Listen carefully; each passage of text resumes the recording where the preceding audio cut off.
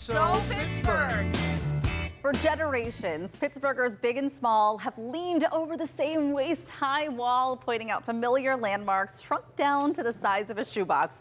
The miniature railroad and village at the Kamin Science Center is more than an exhibit. It's a moving portrait of our region's past. It is so cool. And now with fresh updates that are enhancing the experience. So we're going to take you on a guided tour to celebrate the craftsmanship and the enduring charm of the Steel City Classic. Daisy Jade is live at the Science Center right now to show us how this Western Pennsylvania tradition just keeps moving forward. There's some new additions, Daisy. We're so excited to see them.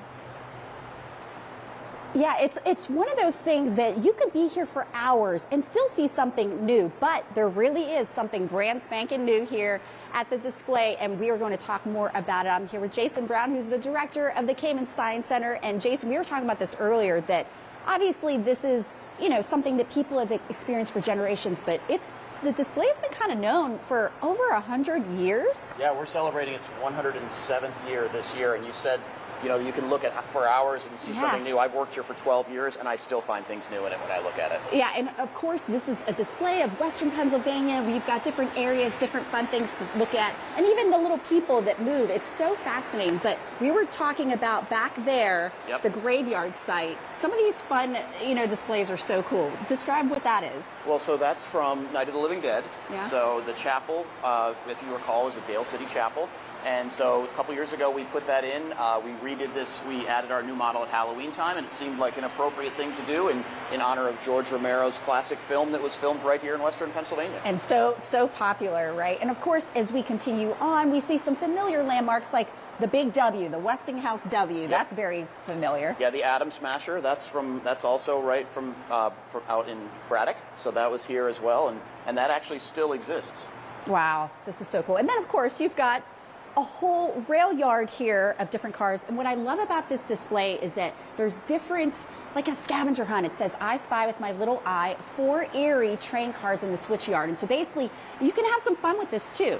Yeah, so we change that out seasonally. So for example, at Halloween time, we might have zombies or werewolves throughout the space. Look for the Sasquatch, Exactly, and then we try and add things that relate to our new model. So this was, since our new model's out Erie, I was going to say, yeah, speaking of Erie, this is so cool because you have added the Presque Isle Lighthouse back there. And not only do you have the building, the lighthouse, you have even the moving lights. So you really try to keep it very historical. Absolutely. We have an incredible model making team here. And so they started with original blueprints for the Presque Isle Lighthouse.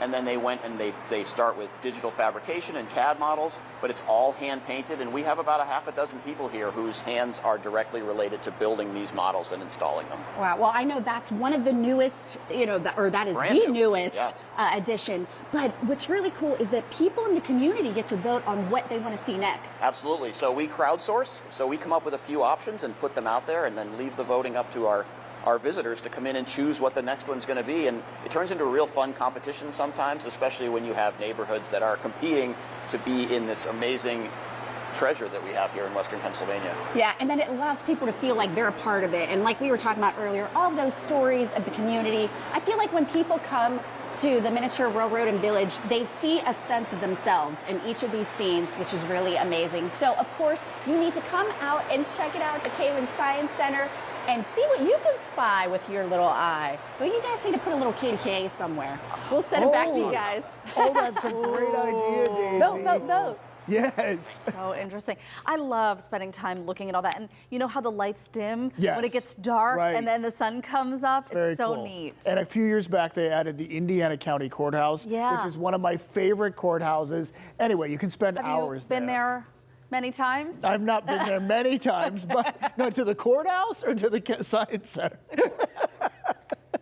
No, as a kid, though, we would walk past. Okay. All right. You can see the updates to the, oh my gosh. You can see updates to the miniature railroad and village at the Kamin Science Center right now. No arrest record that we know of. It's fine.